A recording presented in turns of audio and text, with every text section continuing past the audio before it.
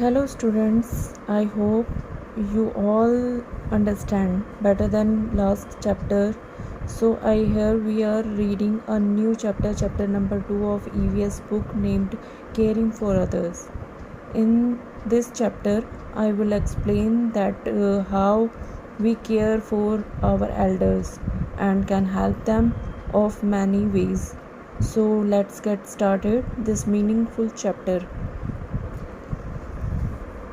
This girl is sad. My mother works in the home for the aged. मेरी mother एक वृद्धाश्रम में काम करती है. She often speaks about the old people leaving them. वो ज़्यादातर ऐसे लोगों के बारे में बात करती है जो वहाँ रहते हैं. One day I went to visit them. एक दिन मैं उनसे मिलने के लिए वहाँ गई. I saw that many of them are weak and unable to do their work themselves. मैंने देखा कि उनमें से बहुत से ऐसे थे जो बहुत वीक थे और अपना काम करने में असमर्थ थे. I have decided to go there with my mother every Sunday and spend time with them. मैंने डिसाइड किया कि मैं एवरी संडे हर संडे को उनसे मिलने जाऊंगी और उनके साथ अपना टाइम स्पेंड करूंगी. This is a topic of growing old. When people are young and healthy, जब लोग यंग और हेल्दी होते हैं, they are full of energy and strength, तब उनकी एनर्जी फुल होती है और उनमें काम करने की भी काफ़ी स्ट्रेंथ होती है. एज दे ग्रो ओल्डर, और जैसे जैसे वो बूढ़े होते जाते हैं, दे लॉस स्ट्रेंथ, वो अपनी काम करने की स्ट्रेंथ खोते जाते हैं. And become weak and slow, और वो बहुत वीक और स्लो होते जाते हैं. They cannot work for long periods of time, वे ज़्यादा लंबे समय के लिए काम नहीं कर पाते. They need a lot of rest and a nutritious diet to stay healthy. उन्हें काफ़ी आराम की ज़रूरत होती है और एक न्यूट्रिशियस डाइट की ज़रूरत होती है हेल्दी रहने के लिए. Often old people are not able to eat the same food as us. ज़्यादातर जो बुज़ुर्ग लोग होते हैं वो हमारे जैसा सेम फूड खाने में भी समर्थ नहीं होते. We should give them food that is soft and easy to digest. हमें उन्हें ऐसा खाना देना चाहिए जो खाने में सॉफ्ट हो और ईज़ी टू डाइजेस्ट, मतलब आसानी से पच जाए. Another topic is taking care of old people. हम अपने ओल्ड पीपल्स, अपने बुज़ुर्गों की टेक केयर कैसे कर सकते हैं. Saina enjoys talking to the old people and listening to their stories. Saina उन ओल्ड पीपल से बातें करना काफ़ी इंजॉय करती है and listening to their stories, उनकी स्टोरीज़ भी सुनती है. He notes down a few things that she learns after visiting the home for the aged in her diary. वो कुछ चीज़ें भी नोट करती है जो वो उन लोगों से सीखती है जब वह वृद्धाश्रम जाती है. Old people needs out our support and understanding. बुज़ुर्ग लोगों को हमारे सपोर्ट और अंडरस्टैंडिंग की ज़रूरत होती है. They are not able to do a lot of things themselves.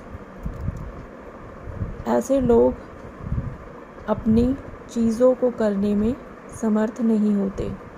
We should help them, हमें उनकी मदद करनी चाहिए. the most important way to show our love and care for them. ये बहुत ज़रूरी है कि हमें उन्हें अपना प्यार शो करना चाहिए और उनकी केयर करनी चाहिए, जैसे कि हम उनके साथ टाइम स्पेंड कर सकते हैं. Here Saina wants to know, why do some old people live in old age homes and not with their families? Saina जानना चाहती है कि कुछ बुज़ुर्ग लोग क्यों ओल्ड एज होम रहते हैं, वो क्यों अपनी फैमिली के साथ नहीं रहते. डिस्कस करिए अपनी क्लास में. ये बहुत इम्पॉर्टेंट टॉपिक है, इसे आपस में हमें क्लास में डिस्कस करना चाहिए. ऑलवेज रिमेंबर, हमें हमेशा याद रखना चाहिए, first of all respect old people. हमें बुज़ुर्गों की रिस्पेक्ट करनी चाहिए. And show your love and affection, और अपना प्यार उन्हें शो करना चाहिए. Second is take care of their needs. उनकी ज़रूरतों का ख्याल रखना चाहिए. Third is make them feel wanted by taking of them and spending time with them. हमें उनसे बातें करनी चाहिए और उनके साथ टाइम स्पेंड करना चाहिए. Here is a fact and 1st October is celebrated as the Old Age Day all over the world. 1st October को all over the world old age day मनाया जाता है, सेलिब्रेट किया जाता है. Here is the next page which explain is take them for walks and outings like picnic, movies and plays. हमें उन्हें walk पे ले जाना चाहिए, उन्हें आउटिंग्स पे ले जाना चाहिए, जैसे पिकनिक, मूवीज़ और प्लेज. उनके साथ खेलना चाहिए. Take them to the doctor. हमें उन्हें टाइम टाइम पे डॉक्टर के पास लेना जाना चाहिए. And when required and give them their medicines on time. और अगर उन्हें ज़रूरी हो तो उन्हें मेडिसिन्स अपने टाइम पे देनी चाहिए.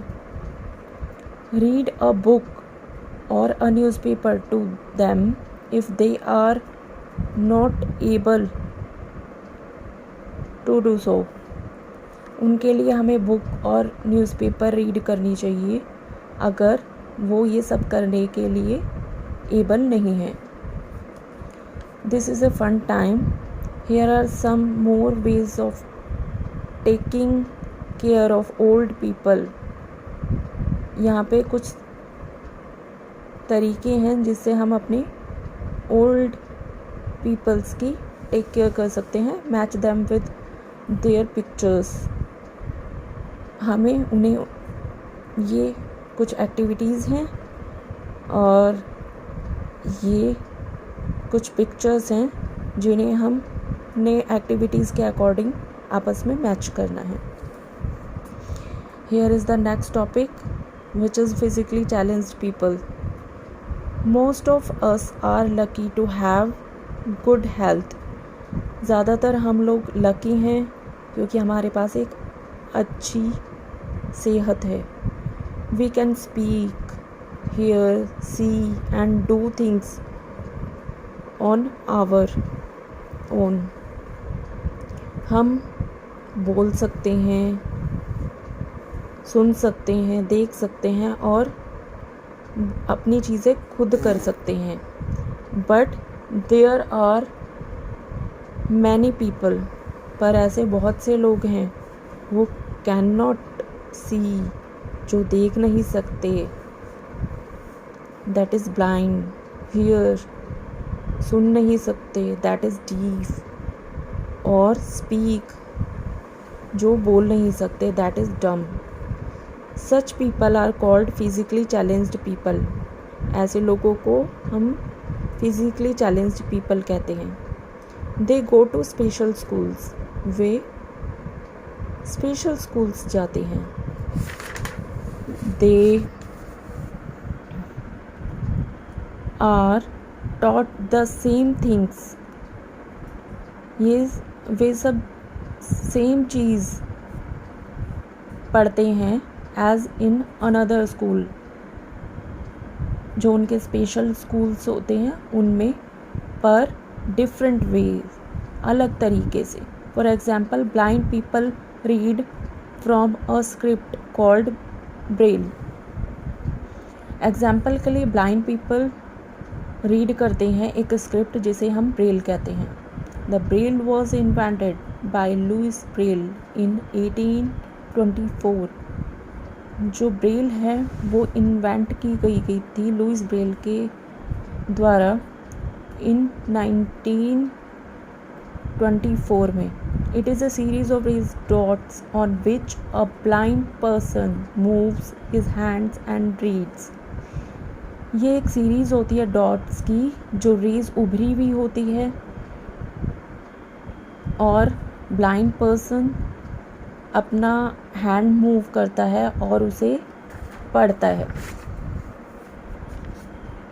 Braille writing is done on a machine called Braille writer. Braille writing जो होती है वो एक मशीन के थ्रू होती है जिसे हम ब्रेल राइटर कहते हैं। Physically challenged people also include those who have one or more body parts missing। physically challenged people में ऐसे भी लोग आते हैं जिनका एक या एक से अधिक बॉडी पार्ट मिसिंग होता है। We can help physically challenged people by spending time with them। हम physically challenged people के साथ टाइम स्पेंड कर सकते हैं and making them feel loved and wanted. और हम उन्हें अपना प्यार शो कर सकते हैं। Here are some things we can do to show our love for them. यहाँ कुछ ऐसी चीज़ें हैं जिससे हम उन्हें अपना प्यार शो कर सकते हैं। Do not laugh at them और टीज दैम। हमें उन पे हंसना नहीं चाहिए और टीज नहीं करनी चाहिए। Help them in their daily goals. हमें उन्हें डेली एक्टिविटीज़ में हेल्प करनी चाहिए। Play with them and make them a part of your day to day activities.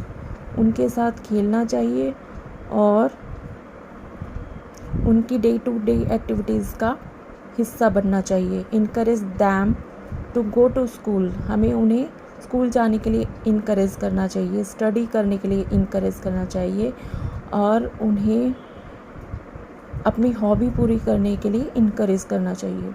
Invite them to party, picnics and other celebrations and outings. हमें उन्हें birthday parties, picnics और other celebrations and outings के लिए भी invite करना चाहिए। So now this is the end of this chapter. I teach you all in a simple manner जिससे कि आप सभी को चैप्टर अच्छे से समझ में आ जाए। So students, see you in next video.